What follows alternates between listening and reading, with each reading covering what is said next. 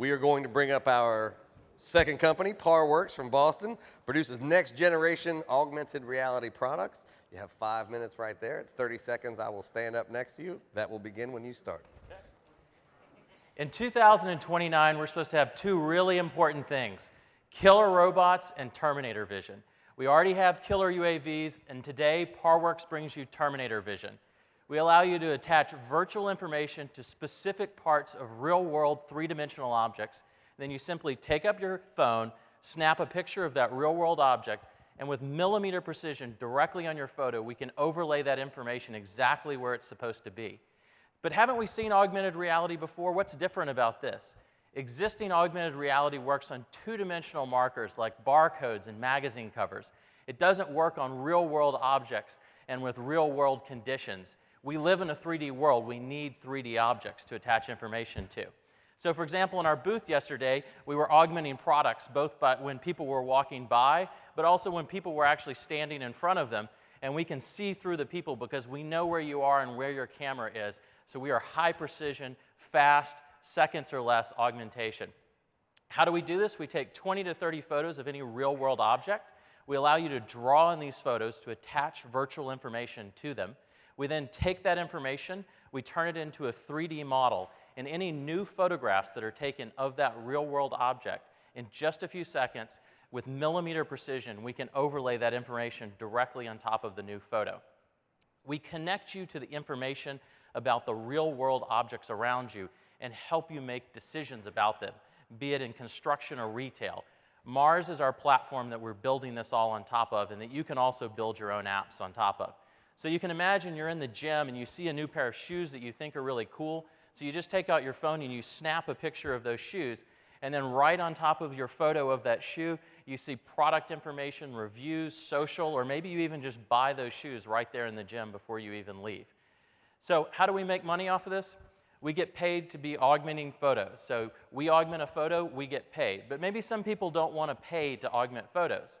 Well, when you take a photo, we know what object you're looking at. We can tell if you're taking a photo of a specific product in a retailer, and that's a chance for us to affect that decision that you're about to make about that real-world object. So you can deliver advertisements or information to somebody who's taking a picture of a product, maybe because they want to buy it later, or maybe because they're using our platform to find information about all the different products on the aisle and they're trying to select one.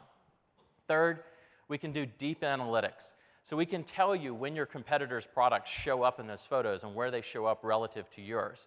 We can also tell you things like which of your products are being augmented and how users are interacting with those photographs after augmenting them. So we've got a fantastic team, but rather than telling you about their qualifications, I dropped the Harvard bomb yesterday, and that didn't go over very well. So instead, I'm going to tell you what we've done. We developed this technology in my and another professor's lab at Virginia Tech over the course of 2 years. We've exclusively licensed it into the company. In the first 3 months that we had life in this company, we scaled it up into the cloud and launched it as a service that anyone can augment photos through. Our business development team in the next 3 months did a fantastic job. They've taken it, they've secured a pilot on the World Trade Center construction site with Turner Construction. They've secured pilots in tourism, on SCIARC, on a World Heritage Site, and we're working with the US military on applications as well. And based on feedback from CES, where we are an Innovation Award winner, as well as South by Southwest, and demand that we are seeing, we are currently setting up pilots in multiple new domains, from brands being able to augment and deliver information on top of products, to retailers and online retailers, as well as automotive. And we're currently setting up all of those pilots right now. It's a universal problem. We need information about the real-world objects, be it a building or a remote control or a shelf in front of you in a store. And Mars is our platform for connecting you to that information.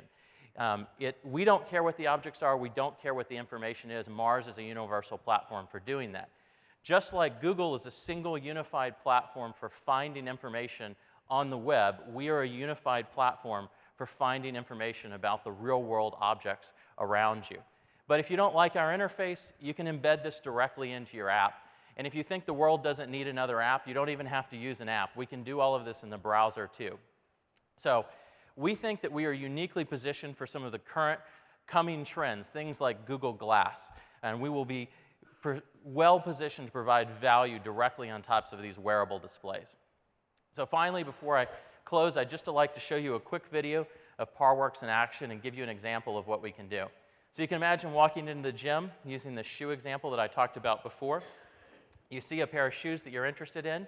You reach up, you grab your phone, you snap a picture of those shoes, and in just a few seconds, you see overlays right on top of that shoe that you just saw. Maybe you connect to product information or other things. And with that, we are out of time. We can shut that down. Thank you very Great. much. Thank you.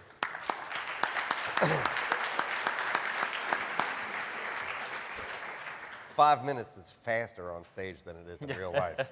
Bob, tell us your first thoughts. How much money have you raised? We've raised $1 million in a seed round. And you're, as I understand it, you use the standard camera on a, say, a cell phone? Yep, it can be a cell phone or any other camera. So you could upload photos and augment them through a browser or. Do you take multiple photos and stitch them together, or? To add a product to our database, you take 20 to 30 photos initially, and that adds it to our database one time. Once it's added to the database, anybody out, like in the store or in the gym, can take a single photograph to extract that information. And Mars is the name of your platform. Yes. And what does that stand for? Mobile Augmented Reality System. I knew that. Yeah. There we go. I have a couple of user experience questions. Sure. So when you say you take 20 pictures, who's you? Yeah, sure. So, like, for example, if it's in a retail environment, the retailer could take 20 photos. We could take 20 photos of the aisles. If it's a brand, they could take 20 photos of their products, which they're doing already. So, like, if you're an online retailer, like a big shoe retailer, you're probably already taking those photos anyways to put them up on your website. You just hand them off to us, and we'll create those models for you. Right. So how do you, and I assume when you say product, that could be a building or, landmark, et cetera. So when, as a consumer, I have to download your app in order for that to work on my phone? No, you don't. Okay. So you can what actually. happens? Because I know, so I whip my Android phone out and I snap a picture using, the camera app that it comes with, and then what happens? So there's a couple ways you can do it. So obviously you can download the app. Everybody does that. We can do it in a browser. So, all right, nobody can do this or whatever. HTML5 in a browser. So we can deliver the same experience to a mobile. I don't think you're understanding my question. So how do I know there's an augmented, wow, look, the Austin Convention Center, cool. Let me take a picture. How do I even know there's something there to see? How do I? Yeah, absolutely. Yeah. Well, I mean, this is one of the reasons why we are going with pilots in different domains, rather than saying we are a platform for consumers. We're going to launch our app. Everybody's going to create their own models. Everybody's going to annotate them. We would love for that to be the case, but we believe we need partners and to go in where people have high-value content, photographs, and then they can help us push and say, hey, you're in my store. We can give you new engagement. Take pictures of the objects on the aisles, and we'll tell you projects that you can complete on them that are linked to Pinterest or something. And I can see that content without having downloaded anything from that store onto my app, onto my phone. Yeah, so if you have an iPhone, the latest iPhones or the latest Android phones, we can do it all in the browser. Okay. Okay. I'm a little confused. I think we may all be a little confused. I mean, I thought I understood augmented reality, but so let me play this back to you. We saw a picture of the building, taking a picture of the building, and then outlining the windows or things on there, and you could put things on top of that. Is that done by the building owner, by me, by an advertiser who wants a thing up there? The technology sounds really, really cool, but I am completely mystified as to the business around here. And is anyone allowed? Like, could I add to your database for the Austin Convention Center saying, don't use this bathroom, it always backs up, You could if you wanted to, but you can imagine that for specific. So first off, we imagine that brands, retailers, the people that have the information that they want to push to you will take those photographs and draw those annotations. Okay, stop for a second. Yeah. So in a grocery store, which was your first thing, I take I hold up my camera to the grocery store shelf. Now, is it the store that had done that with the entire shelf, or is it an individual brand that had done their package and you will only overlay that one package out of the whole shelf? It can be either one. So a store could take the entire aisle and label every product on that aisle, and we could augment it that way. And then let's say you go over and you pick up, I don't know what in a grocery store I'd be interested in augmenting, but I pick up a box of oatmeal and I hold up my camera and photograph it, and it tells me something cute on top of it. That would be like the brand. So you can have multiple scales at which you can do it. Okay, let me try again. Sure. Turner Construction for the World Trade Center, how are they using it? So they take daily construction sites, pictures of the construction site.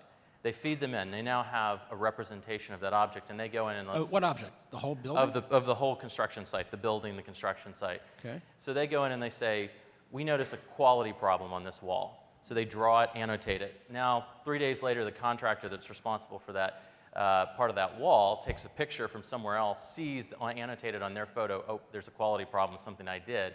They can now click on it, see information related to what the problem is, go address it, then leave, literally write information in on their photograph and save it. That's a really different go-to-market than, Doritos. How are you going to do both of those well? So the platform itself, to us, we need photos, we need overlays on top of them and information, and the platform and the technology itself and how we scale it is the same. So that's why we're launching pilots in multiple domains to see where the most value is. We may take it into retail and it may be super exciting and people love it and it scales. We may take it into construction and they may not really like it because people don't use iPads that much, or they may be super excited about it because they're really going for iPads now on construction sites. So that's why we're taking it in multiple things right now. Is your team all tech, or do you have marketers, or who's your team? Yeah, so we have, I said I wouldn't go into the qualifications, but we have a couple Harvard MBAs that are on our team. Yesterday they told me that subtracts $10 million from the value of the company, so I thought I would avoid it. We have the tech side, so we have PhDs that have developed this technology. We have sort of user experience that we've got from Carnegie Mellon. We've got our tech guys. Then we've got our business team, which is Harvard MBAs. We've got people who are the sales and marketing we're building up right now. So if, say you do it in a grocery store, right? And we've seen this anytime people try to crowdsource like an SUV TV commercial, right? What happens? All of a sudden everybody says, thanks for killing our planet. How do you keep people from going in and saying like, oh, Doritos, that'll kill you? So that's what I see when I, Yeah. So unless Doritos is a sponsor, then they're awesome. So obviously, you can see that there's an incentive for brands to be part of the platform as sooner rather than later. You should all come sign up now and grab these objects before, or maybe you want your consumers. Maybe you have such a strong product that you believe your consumers are going to leave amazing things on there and you want that interaction. But there's the ability to, lock things down, control search, keywords, lock down If objects. I'm Coke, can I buy Pepsi? Well, we'll have to figure out the rules as we go along. John.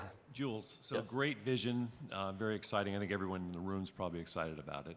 I love the fact that you're mass market. Going after phones, you understand that the mass market is the phone, not the $1,500 pair of glasses. So that's all great. But when I look where you're headed, Google's not doing that just because they're nice. You're heading right into Google because that's why they want to be there as well. They want to extend search into mobile, right? Yep. So how do you compete with them? And how much money do you need? So you've raised $1 million. It seems to me you're going to need a lot more resource to get to the end of this. Yes, we need more resources. We will be taking deposits after the presentation. So yeah, absolutely, we need more resources. And I think we compete because they aren't doing it. We do have a technological lead right now.